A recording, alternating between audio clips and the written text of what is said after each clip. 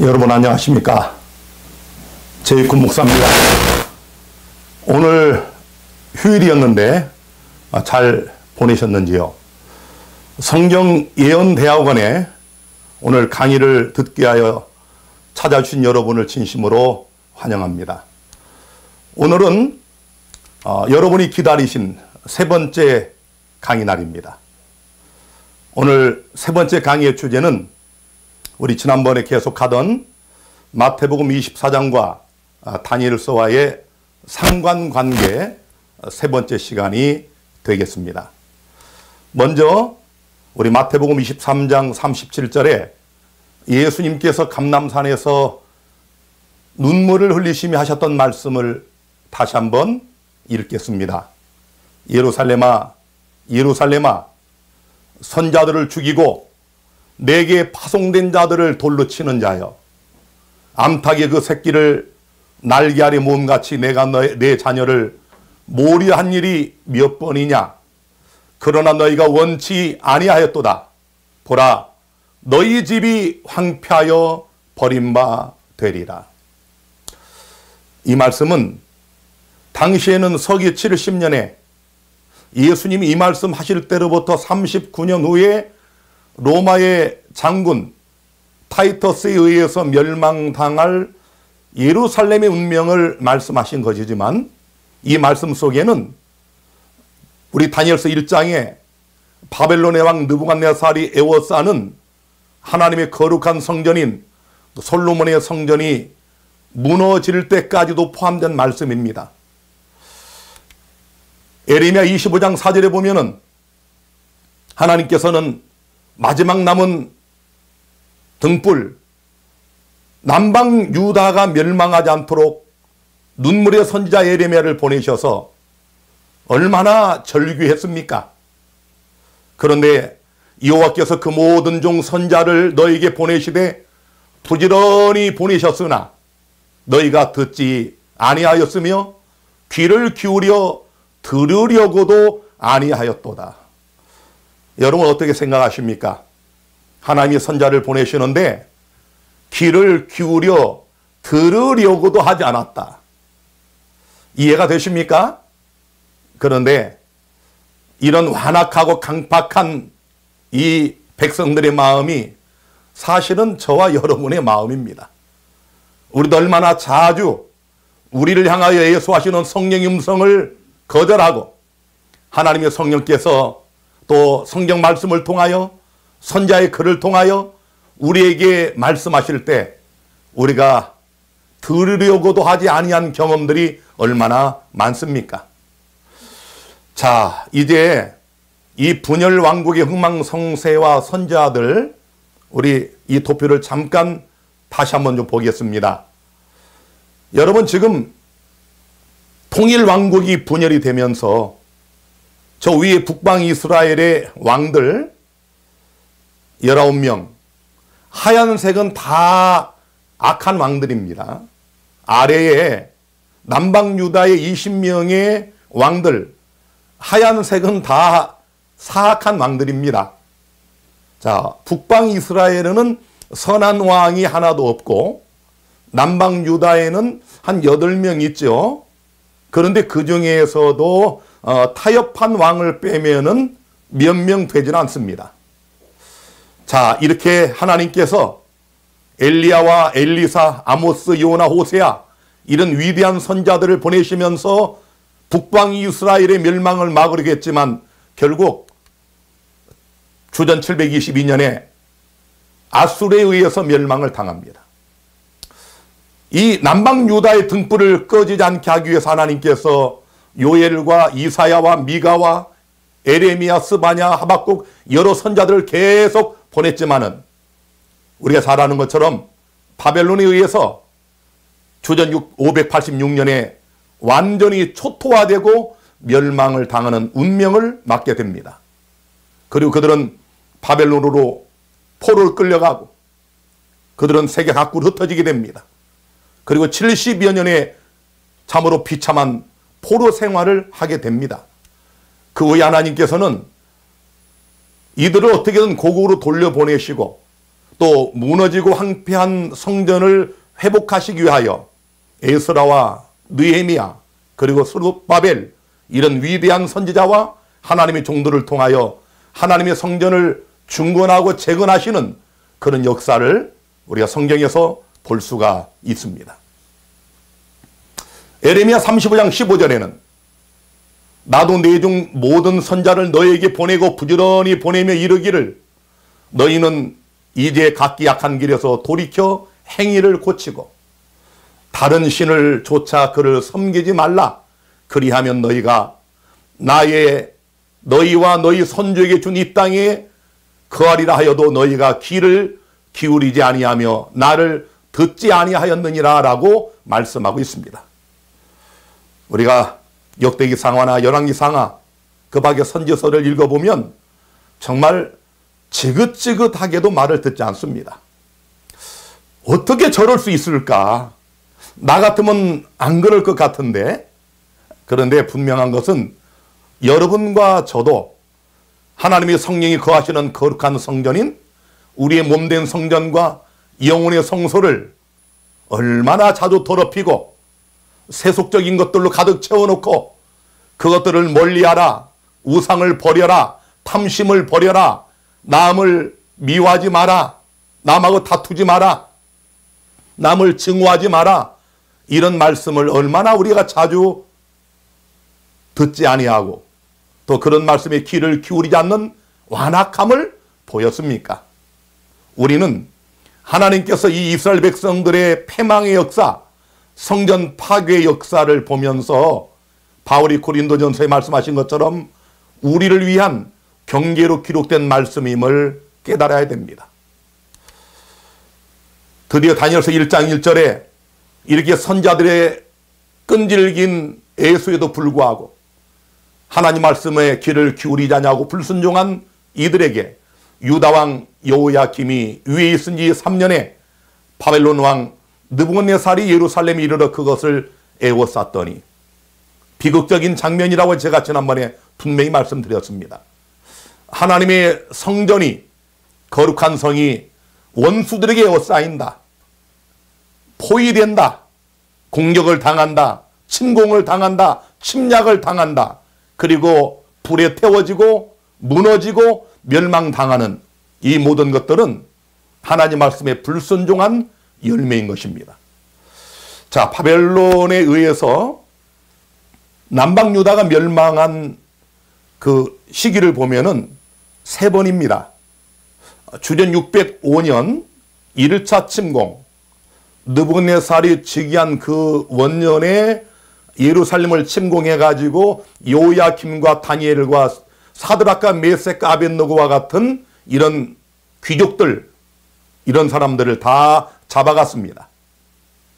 그리고 사실은 느부갓네살은 이 유다 왕국이 바벨론의 말만 잘 들으면 관용을 베풀었어요. 그래서 하나님께서 선자를 통해서 이 바벨론의 왕을 섬기라고 얼마나 자주 말씀을 했습니까? 그런데도 여전히 하나님의 선자의 말씀을 듣지 아니하고 완악하게 하던 그들이 느부갓네살 제8년에 애굽과 동맹을 합니다. 그래서 제2차 침공을 당해가지고 여호야김과 더불어 에슬겔 등 1만여 명을 잡아갑니다. 지난번 말씀드린 것처럼 그 먼 1,300km가 되는 걸어서 2달 가는 그런 긴 거리를 그들이 붙잡혀서 포로로 잡혀간 것입니다. 자, 이게 2차 침공이고요. 자, 그래도 또 말을 듣지 않아요. 참 기가 막힙니다. 하나님이 거의 20여 년 가까이 기회를 주는 거예요. 마지막 거저하는 이 하나님의 나라, 여호와의 국가인 남방 유다의 멸망을 막기 위해서 하나님이 20여 년의 기간을 줬지만 그래도 그들이 말을 듣지 않습니다. 그래서 느부갓네살 왕 제19년에 드디어 예루살렘 성전이 완전히 멸망당하고 또 4,800여 명의 사람들이 포로로 붙잡혀가는 참극을 맞게 됩니다. 이게 3차 침공입니다. 자, 그리고 이제 제가 다니엘서 9장을 할 때 자세히 또 말씀을 드리겠지만 잠깐 말씀을 드리면 예루살렘 멸망이 바벨론에 의해서 1차, 2차, 3차에 걸쳐 멸망을 당한 것처럼 예루살렘을 중건하는 중건령도 3차에 걸쳐서 내려집니다. 바로 1차는 주전 537년 페르시아의 고레스 왕의 조서를 통하여 이 명령이 내려집니다. 그러나 주변 사마리아 국가가 또 많은 이웃들이 반대를 해가지고 이게 좌절돼 버립니다. 그러다가 주전 520년에 다리오 왕에 의해서 제2차 중건령이 내려요. 이때는 성전만 겨우 수르바벨에 의해서 겨우 중건이 됩니다. 그리고 주전 457년 이 연대는 굉장히 중요한 거 아시죠? 주전 457년에 3차 중건령 아닥사스다 제7년에 내린 조서입니다. 이 조서는 성전만 중건한 게 아니고 예루살렘을 완전하게 회복하는 것입니다. 건물도 회복하고 예루살렘의 모든 자치권도 회복하고 또 그들이 멸망하기 이전의 상태로 돌아가는 완전한 회복이 3차 중건령. 요거 기억을 해 두시면 우리 다니엘서 9장을 연구하실 때 이해하기가 쉽습니다. 자, 그런데 여러분, 우리 지난번에 제가 잠깐 말씀드린 것처럼 마귀는 하나님의 성전을 보면 분노합니다. 그래서 성전을 계속 공격하고 무너뜨리고 회파하고, 그래서 이 성전이 중건이 되거나 재건이 되거나 정결하게 되면 마귀는 분노합니다. 자, 여러분 여기 보시면 아까 말씀드린 것처럼 고레스에 의해서 1차 석방령이 내립니다. 우리가 언뜻 생각할 때 70여 년의 포로 생활하다가 귀한 영이 내리면 다 돌아갈 줄 알았는데 겨우 42,360명 정도만 고국으로 돌아갑니다. 왜냐하면 자리를 잡았어요. 포로 생활하면서 이제 어느 정도 기반을 잡았습니다. 돈도 좀 벌고 집도 져놓고, 그래서 가기 싫은 겁니다, 이들이. 자, 여러분, 그래서 이때 하나님께서는 선지자 다니엘을 통해서도 여러 아름다운 영감적인 그런 다니엘서의 예언과 말씀을 주셨지만은 또 에스라나 느헤미야 그리고 수르바벨 이런 하나님의 종들을 통해서 하나님은 성전을 건축하도록 그들을 동기부여를 해줍니다. 자, 그런데 놀랍게도 우리 생각에는 성전을 금방 중건할 줄 알았는데 지지부진합니다. 발전이 없어요. 멈춰 있는 겁니다. 무려 16년 동안 답보 상태로 사마리아인들과 주변 국가들이 반대를 해요. 그 배후를 보니까 누가 그래요? 사단이 무너진 회파된 하나님의 성전이 회복되는 것을 마귀가 가만 볼 수가 없는 겁니다. 여러분과 저의 몸된 성전과 영혼의 성전이 우리의 부절제와 또 우리의 불순종과 또 우리가 세상을 사랑하고 세속을 사랑하는 그런 우상들로 가득 차 있었고 무너지고 회파되었다가 이것들을 개혁해 가지고 정상으로 돌리려고 하면은 마귀가 가만히 있지 않습니다. 자, 여러분 보세요.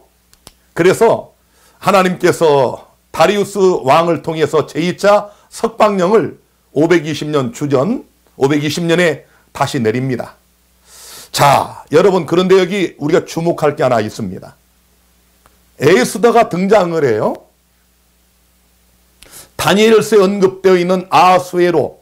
자, 여기 아수에로, 이건 히브리식 발음이고 그리스식 발음으로는 크셀크스, 역사책에는 크셀크스로 나와요. 성경은 아수에로, 에스더의 남편 아닙니까? 자, 여러분, 왜 에스더가 등장을 할까요?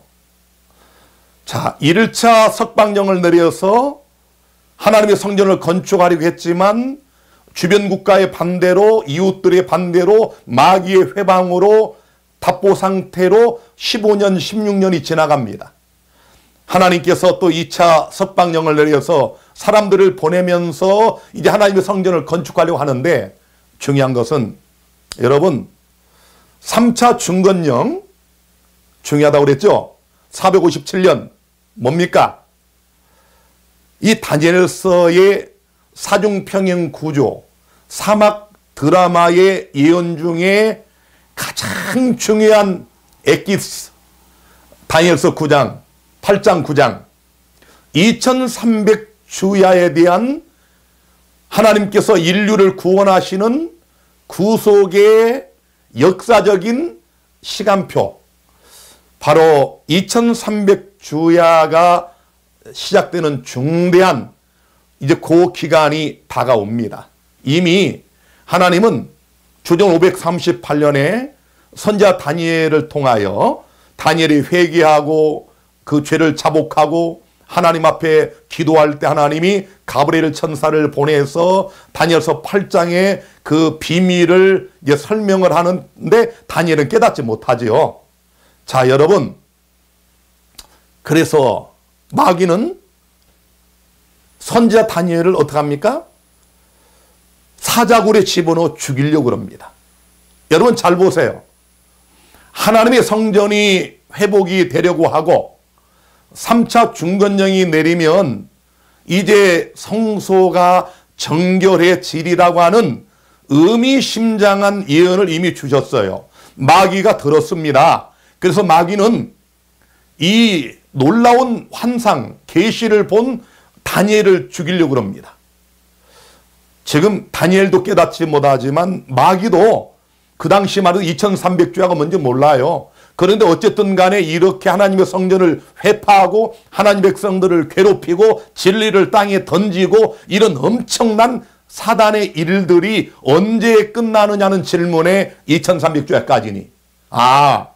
그러니까 이제 그때가 점점 다가옵니다. 사단의 마음이 급해졌습니다. 그래서 다니엘 6장 7절에 나라의 모든 총리와 수령과 방백과 모사와 관원이 의논하고 왕에게 한 율법을 세우며 한 금령을 정하실 것을 구하려 하였는데, 왕이여 이것은 곧 이제부터 30일 동안 누구든지 왕 외에 어느 신에게나 사람에게 무엇을 구하면 사자굴에 던져넣기로 한 것이니이다. 하하. 여러분, 왜 이 사건이 갑자기 다니엘서에 끼어 있을까요? 놀랍지 않습니까, 여러분? 하나님께서 하나님의 종들을 통하여 무너진 성을 재건하고 중건하려는 그때에, 그리고 주전 457년에 아닥사스다 제7년에 내린 그 중건령을 통해서 드디어 그 놀라운 비밀 2300주야 그 기간이 이제 시작이 됩니다. 그렇게 되면 성소가 정결해진다는 이 하나님의 말씀에 마귀가 얼마나 놀랐겠습니까? 그래서 사단은 다니엘을 죽이려고 했어요. 이것 보십시오. 이때 다니엘의 나이가 한 84살 정도, 80대 중반에 이르는 그런 노인이었습니다. 마귀는 인정사정 봐주지 않습니다. 그래서 여러분 다니엘서 6장 16절에 이에 왕이 명함에 다니엘을 끌어다가 사자굴에 던져 넣었는지라 왕이 다니엘에게 일러 가로되 너희 항상 섬기는 내 하나님이 너를 구원하시리라. 왕이 속았어요. 간신배들의 계략에 왕도 속았는데 메대 법은 왕도 한번 조서를 내리면 왕도 그것을 취소 못합니다. 그래서 왕이 어차피 이제 취소는 못하니까 의인이 찍혔기 때문에 다니엘을 왕의 조서를 따라 사자굴에 넣지만 다니엘아 너희 하나님이 너를 구원하시리라. 자, 여러분, 우리가 잘 아는 것처럼 하나님께서 즉각 개입하셔서 그날 밤 굶주린 사자들이 입맛이 달라졌습니다. 그래서 다니엘을 털끝 하나 건드리지 못하고 그 다음날 새벽에 그가 다시 구출되는 놀라운 영광스러운 일을 겪지 않습니까? 자, 그런데 여러분 잘 보세요. 그런데 아까 말씀드린 것처럼 이렇게 다니엘을 죽이려고 했던 사단이 이제는 무슨 일을 벌입니까? 다리오 왕의 제2차 조서가 내릴 그 무렵에 우리가 잘 아는 것처럼 여러분 하만을 통하여 유대인을 몰살하려고 하는 사단의 계획이 추진이 됩니다. 놀랍지 않습니까? 에스더서의 그 내용이 여러분 하나님의 성전의 중건을 눈앞에 두고 아니요 이제 정말 성소가 영원히 정결해지리라고 하는 이 예언의 시작점이 되는 중대한 기점을 앞두고 마귀가 이제 유대인을 완전히 멸절시킬 계획을 짭니다. 성문을 지키는 모르드게 유대인이 하만에게 절하지 않습니다. 하만이 그걸 아주 건방지게 봤어요. 야, 저놈이 나한테 절을 안 해? 이거 어떻게 하면 좋을까 하고 여기 에스더 3장 6절에 보면 저희가 모르드게 민족을 하만에게 고한 고로 하만이 모르드게만 죽이는 것이 경하다 하고 아수에르의 온 나라에 있는 유다인 곧 모르드게의 민족을 다 멸하고자 하더라. 여러분 소름이 끼치지 않습니까? 사단이 다니엘 선자를 죽이려고 하다 실패에 돌아갔어요.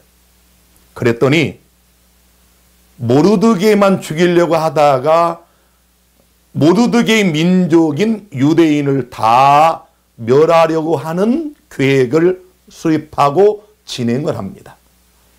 에스더 3장 13절에 이에 그 조서를 역졸에게 붙여 왕의 각도에 보내니 12월 곧 아달월 13일 하루 동안에 모든 유다인을 노소나 어린아이나 부녀를 물어나고 죽이고 도륙하고 진멸하고 또 그 재산을 탈취하라. 소름 끼치는 장면 아닙니까? 우리가 옛날에는 이 에스더서를 그냥 재밌게 읽었어요. 그러나 이 다니엘서와 연계해서 볼 때 얼마나 끔찍한 사단의 분노가 있었는지를 보는 것입니다. 사랑하는 여러분, 우리가 다니엘서와 계시록을 공부하면 여러분과 저의 눈이 열리면서 이 세상에 일어나는 모든 사건의 배후를 볼 수 있어요. 하나님이 선악의 대쟁투의 현장으로 우리를 초청하시면서 이 베일을 벗겨주는 것이 예언 연구의 목적입니다.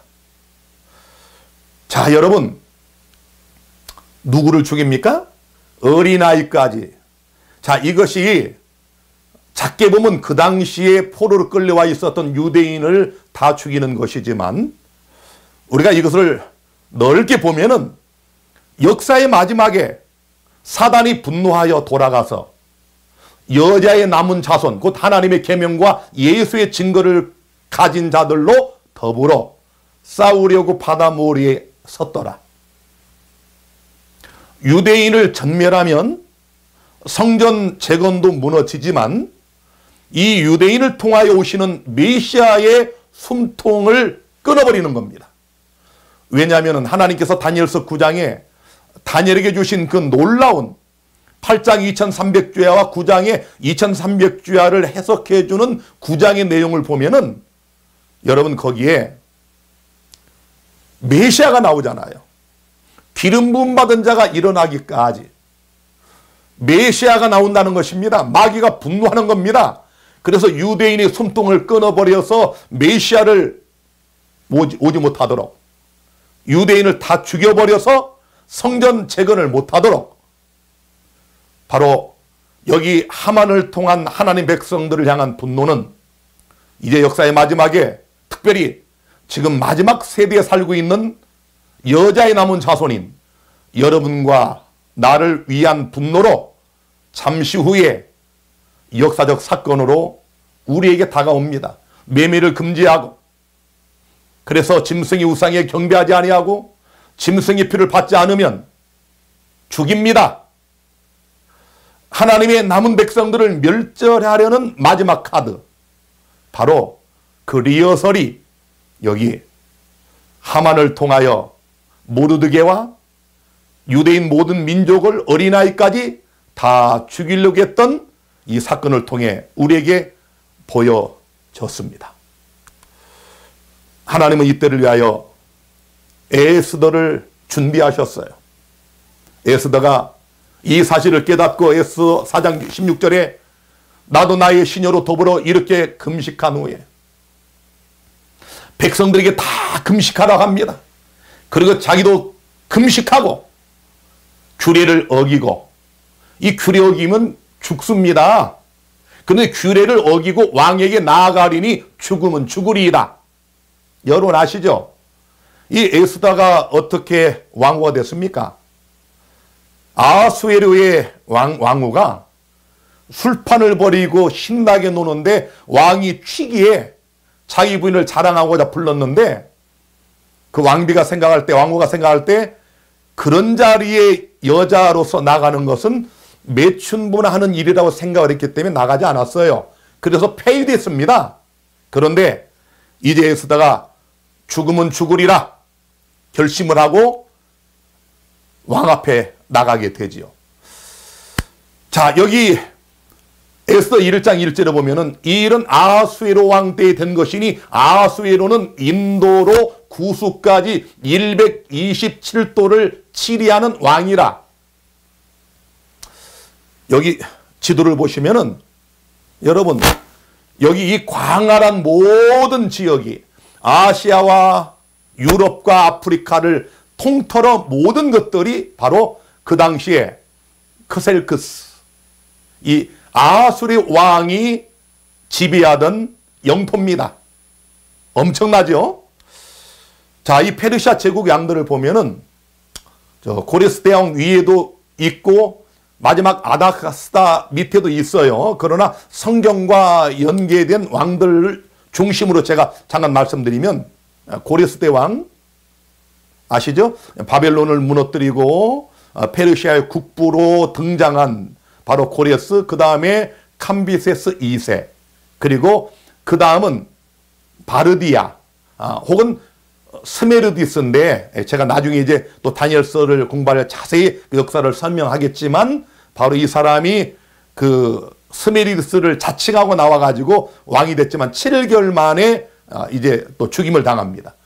그 다음에 다리우스 1세, 그리고 바로 여기 지금 크셀크스, 그리스식 발음, 아하수에로, 히브리식 발음. 자, 여러분은 지금 2021년 2월 달에 2500여 년 전에 성경에 나오는 에스더의 남편인 아하수에로 왕의 초상화를 보고 있습니다. 오른쪽이 크셀크스의 부조상인데, 요걸 고정을 거쳐서 그대로 그린 그림이 바로 왼쪽에 이 초상화입니다. 거의 이렇게 생겼어요. 자, 지금 우리는 놀라운 고고학을 통해서 땅속에 다 묻혔던 것들이 땅으로 올라오면서 누굴 봅니까? 에스더의 남편을 보고 있습니다. 자, 여러분, 에스더 1장 2절로 4절에 보면은 당시에 아하수에로 왕이 수산궁에서 즉위하고 위에 있으니 3년에 그 모든 방백과 신복을 위하여 잔치를 베푸니 바사와 메대의 장수와 각 도의 귀족과 방백들이 다 왕 앞에 있는지라. 왕이 여러 날 곧 180일 동안에 참, 아니 여러분, 잔치를 베푸는데 반년 동안 잔치만 합니다. 얼마나 부유하면 그럴까요? 그 뒤에 그래서 그 영화로운 나라의 부함과 위엄의 혁혁함을 나타내니라. 참 엄청납니다. 180일 동안 계속 연애를 합니다. 과연 그랬을까요? 이 성경의 말씀이 사실일까요? 여러분, 지금 저기 그 이란에 가보면 거기는 다 이렇게 그 해발 1500, 1600m 다 이렇게 높습니다. 이 페르시아 제국의 수도 페르세폴리스, 이 페르세폴리스에 이것은 현재 세계문화유산으로 돼 있는데요. 천혜의 요새라고 사람들이 부릅니다. 자, 지금 여러분들은 성경 에스더의 주인공인 왕후 에스더가 거느렸던 2500여 년 전에 아하수에로 왕이 지배하던 그 당시로 돌아가서 그때의 부조를 지금 보고 있는 겁니다.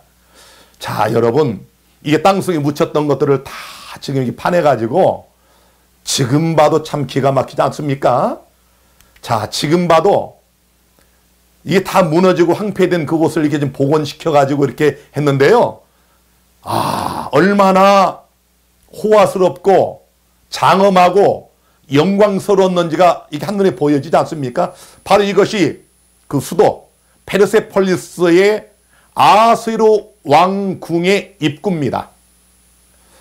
지금은 이제 다 무너졌던 것을 발굴해서 이렇게 지금 손질해가지고 이렇게 해놨지만은 이것들이 무너지기 전에는 얼마나 호화스럽고 아름다웠겠습니까? 얼마나 위험이 있었겠습니까?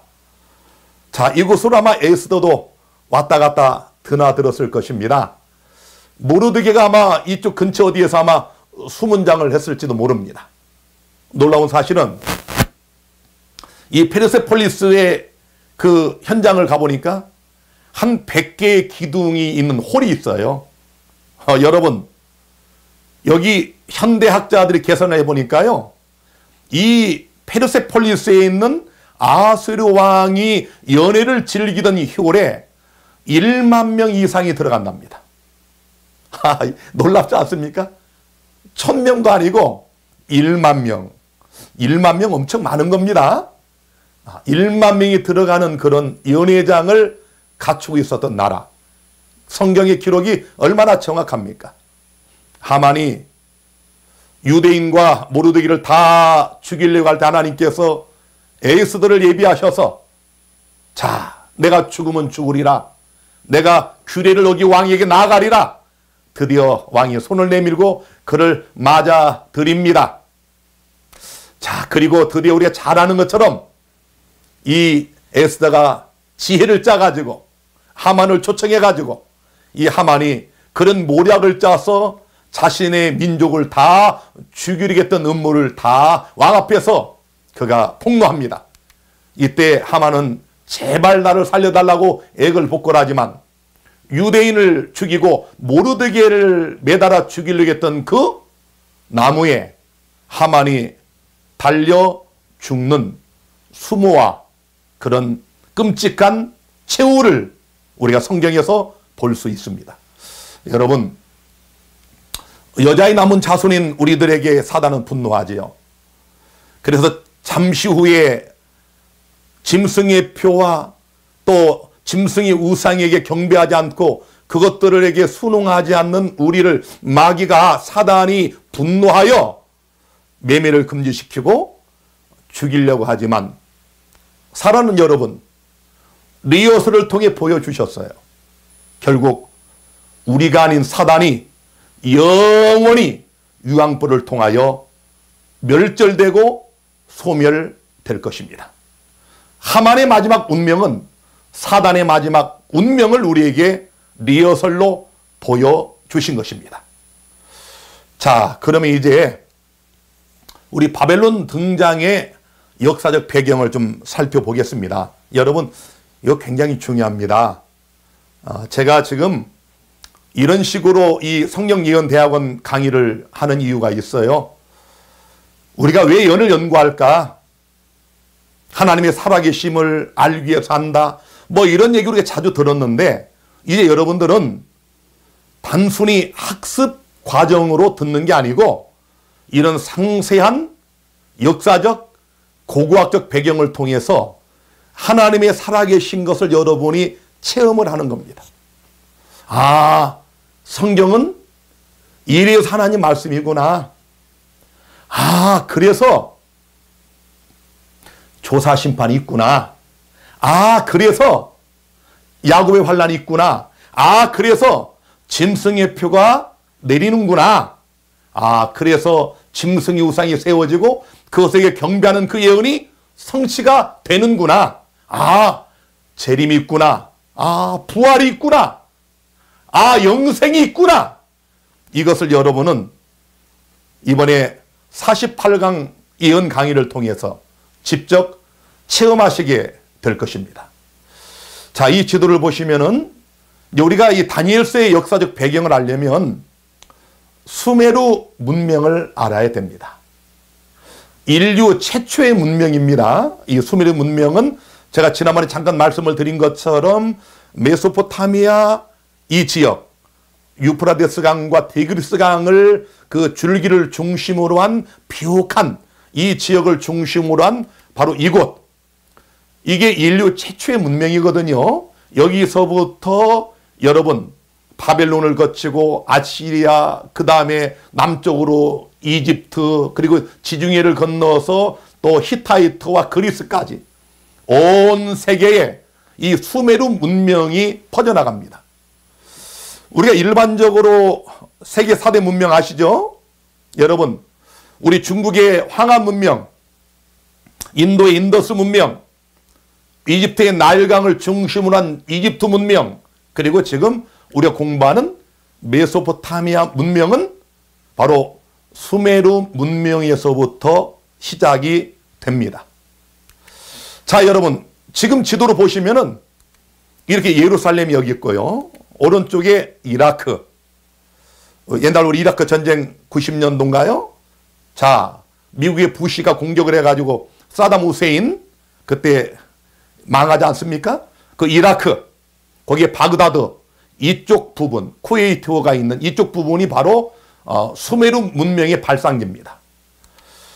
자, 여러분, 수메르 문명을 쭉 보시면 아마 여러분 중에 이런 거 처음 보는 분도 많이 있을 겁니다. 요걸 하셔야 여러분이 다니엘서 1장에 딱 들어가면 이제 착착착 들어갑니다. 그랬구나. 그렇지. 이렇게 이해가 되는 거예요. 자, 이 수메르 초기 왕조는 키시 1왕조로부터 해가지고 우르크 1왕조, 그 다음에 우르 1왕조, 그 다음에 라기시, 우르크 2왕조, 우르크 3왕조, 그 다음에 아카드 제국 이렇게 내려가다가 우르 3왕조가 나오는데, 자, 여러분, 요거 중요합니다. 왜냐하면 이 우르 3왕조 여기에 아브라함이 등장을 하거든요. 자, 그 다음에 수메르 문명이 멸망을 합니다. 참 신기하죠. 이렇게 문명이 발달하고 인류 최초의 문명지로 각광받던 이런 문화가 갑자기 역사의 수면에서 사라지면서 고대 바빌로니아, 하무라비 대왕 아시죠? 하무라비 법전에 고대 바빌로니아 제국이 등장을 하고 그 다음에 주전 722년에 북방 이스라엘을 멸망시킨 아수르, 아시리아가 또 등장을 하고 그 다음에 제가 지난번에 잠깐 말씀드린 것처럼 이제 느부갓네살의 바벨론, 신바빌로니아 제국이 역사의 수면 위로 등장을 합니다.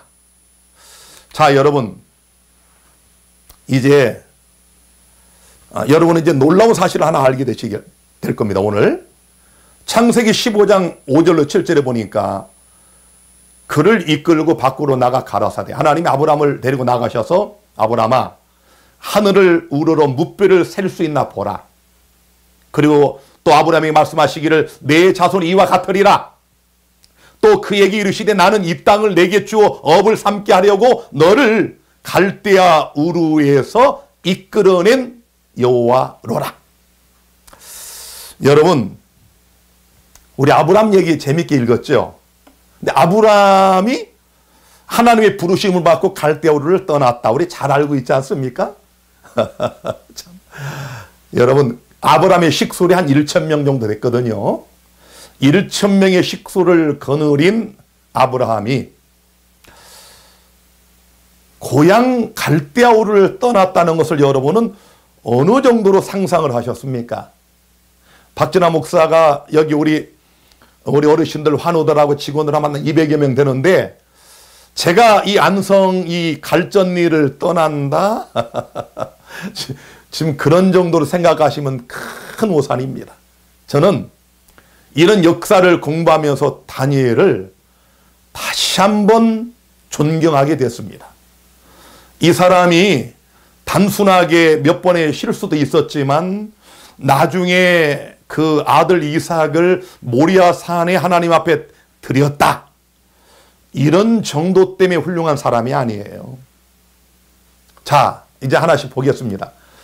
아브라함이 떠났던 그 고향 갈대아 우르를 파헤친 고고학자가 아주 몇 명 있습니다. 그 중에 가장 유명한 사람이 영국의 존 테일러. 이 사람은 영국의 이라크 영사입니다. 나중에 이제 고고학에 미쳐가지고 우르를 파헤칩니다. 그 다음에 우리 오른쪽에 레날드 울리, 이 울리라는 사람, 이 아주 유명한 사람이에요.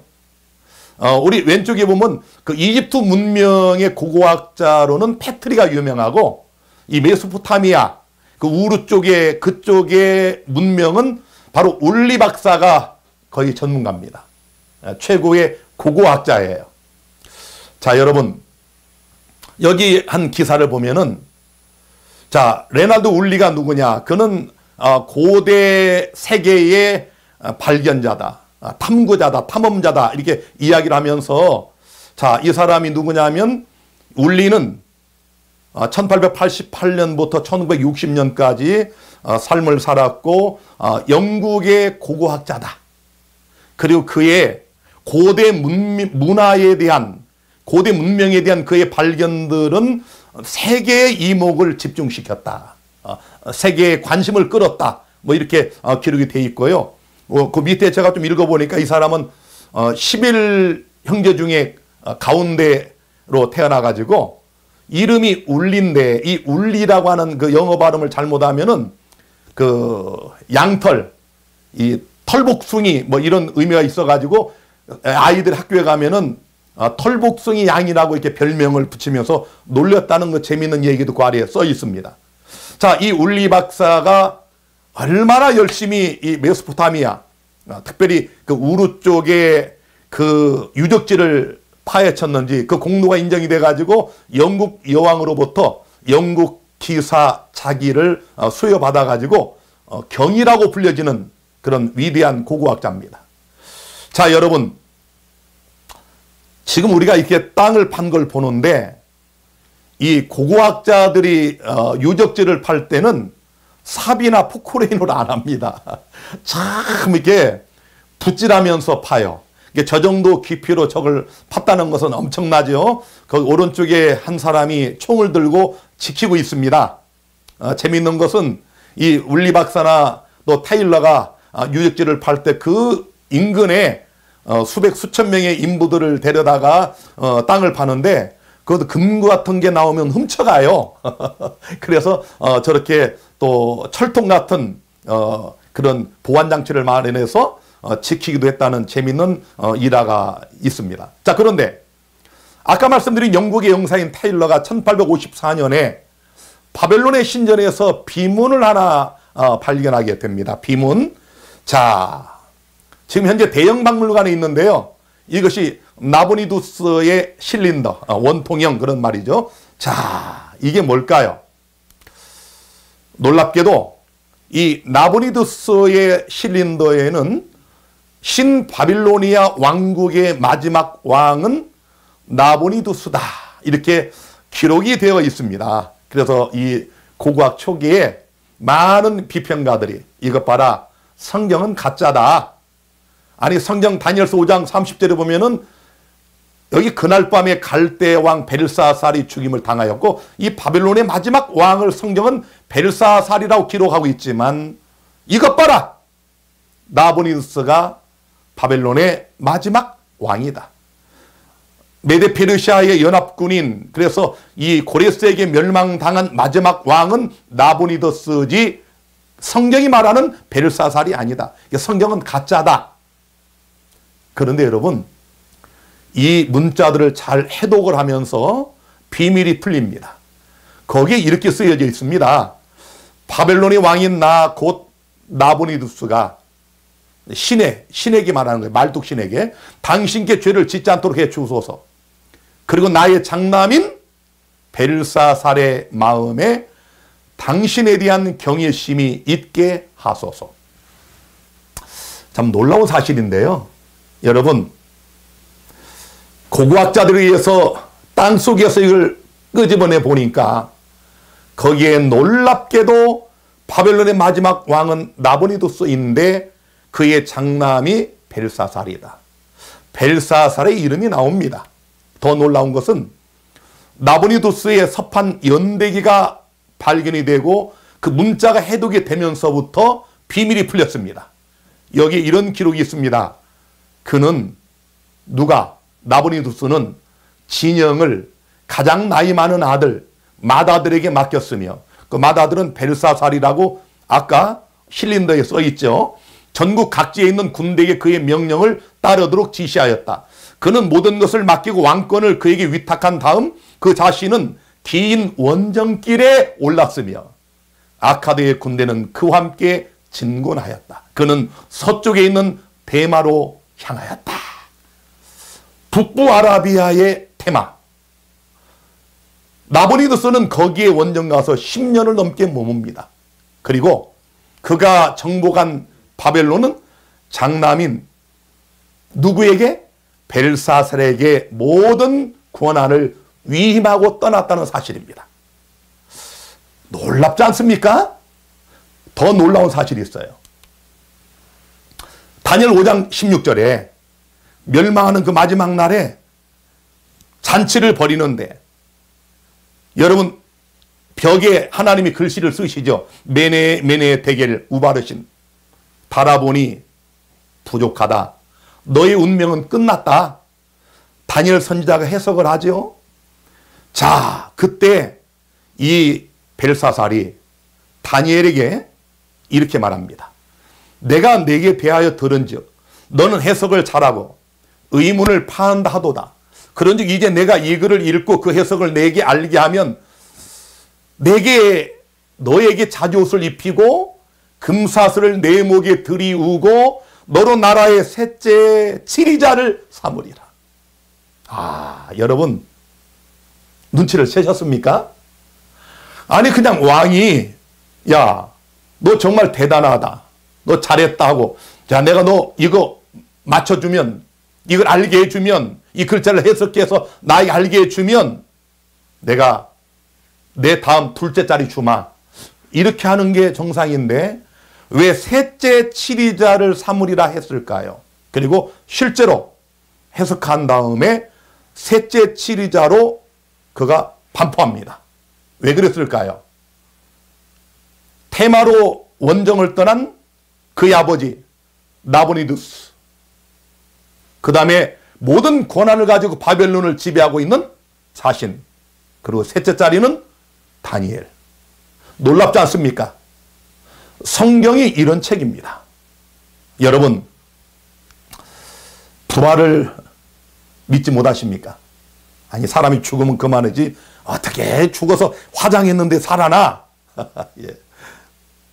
어떻게 뭐 구름 타 하늘나라를 가? 잘 안 믿어지십니까? 지금 이 성경의 기록을 보세요. 왜 셋째 자리를 준다고 했을까?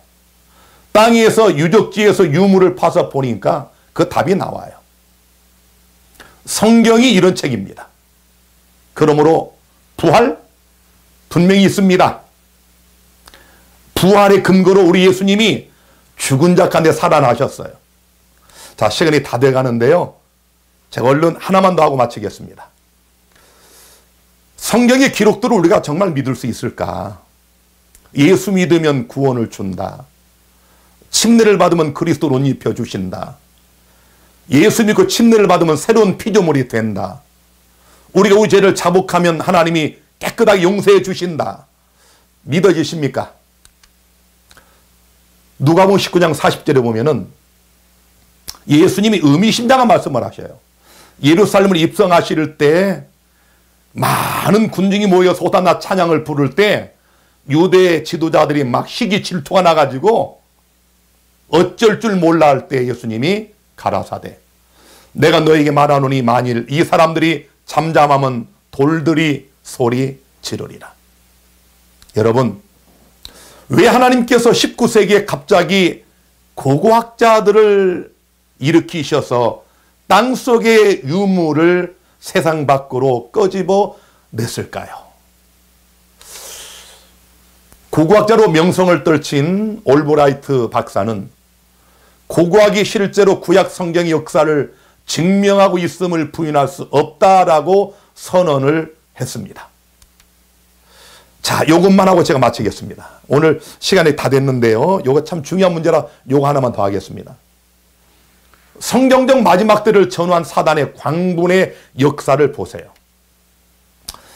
1260년 동안 마귀는 철저하게 로마 카톨릭을 통하여 세계를 지배했습니다. 이 세상 모든 게 마귀의 손아귀에 있었습니다. 그러나 하나님은 이때가 한때, 두때, 반때 1260년이 지나면 끝난다고 말씀을 하셨어요.